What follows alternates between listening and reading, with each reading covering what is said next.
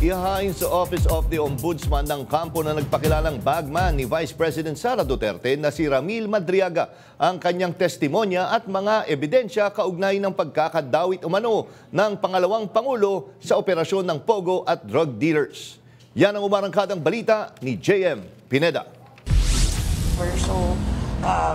Kalat na ngayon ang ibinunyag sa isang sworn statement ng dating aide ni Vice President Sara Duterte na si Ramil Madriaga. Doon ay tila lumalabas na bagman siya base sa kanyang salaysay dahil sa ilang mga transaksyon na siya mismo ang kumukubra umano ng pera para sa pangalawang Pangulo. Base sa kanyang sinumpaang salaysay, 2018 na magtrabaho siya para kay BP Sara na noon ay alkalde pa lang ng Davao City. Siya rin ang nautusan na bumuo ng grupong Inday Sara is May President o ISIP na siyang susuporta sa planong kandidatura nito sa pagkapangulo noong 2022. Ibinunyag din ni Madriaga na ang pondong bumuhay sa grupo ay galing umano sa mga Pogo operators at drug dealers. Marami siyang pick-up na pera na sa kanyang paniniwala at base na rin sa affidavit, doon pa sa ibang usapan namin ng December 8 na nawala pa dyan, ay talagang sure siya na Pogo money yung karaniwang pick-up doon dahil nga nakakaharap niya mismo yung mga Chinese na alam niyang Pogo yung transaksyon, especially doon sa mga location sa Pampanga na mismo nakikita niya yung mga Chinese na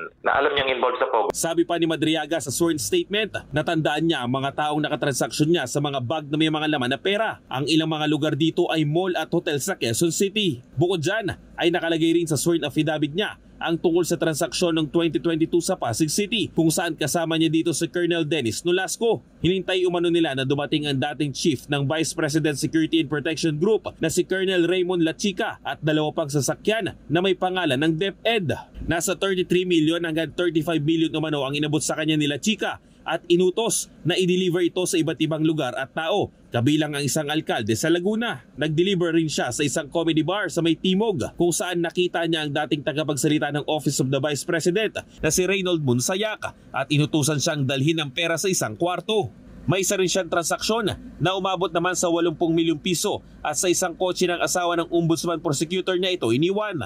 Ang kontrobersyal na magnetic lifter case rin ay kasama sa isinwalat ni Madriaga kung saan ang mismong asawa ng BC umano na si Attorney Man Scarpio ang nag-utos sa kanya na ilabas sa mga ito sa BOC pero hindi natuloy.